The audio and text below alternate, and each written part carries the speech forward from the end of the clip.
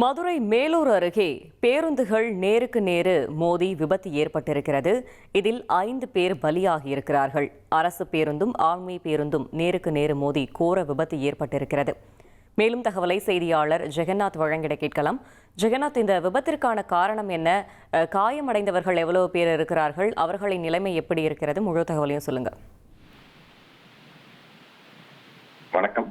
மதுரை மாவட்டம் கொட்டாம்பட்டி அருகே இந்த வஞ்சி நகரம் அந்த 4 வழிச்சாலையில சென்னையிலிருந்து மார்த்தாண்டம் நோக்கி சென்ற பயணிகளுடன் ஆம்னி பேருந்தும் சென்று கொண்டிருந்தது. இந்த நிலையில திடீரென கட்டுப்பாட்டை இழந்த அந்த பேருந்து சாலையில் இந்த மதுரையிலிருந்து திருச்சி நோக்கி பயணிகளுடன் சென்று கொண்டிருந்த அரசு பேருந்து மீது மோதியதில் பயங்கர விபத்தானது ஏற்பட்டிருக்கிறது.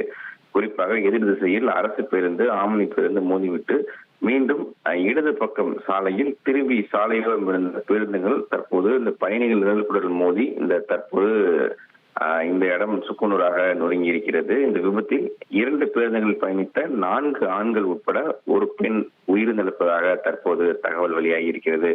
41 பேர் படுகாயலுடன் தற்போது சிகிச்சைக்காக மேலூர் அரசு மருத்துவமனையில அனுமதிக்கப்பட்டு அவங்க அனைவரும் சிகிச்சை பெற்று வந்து கொண்டிருக்கிறாங்க.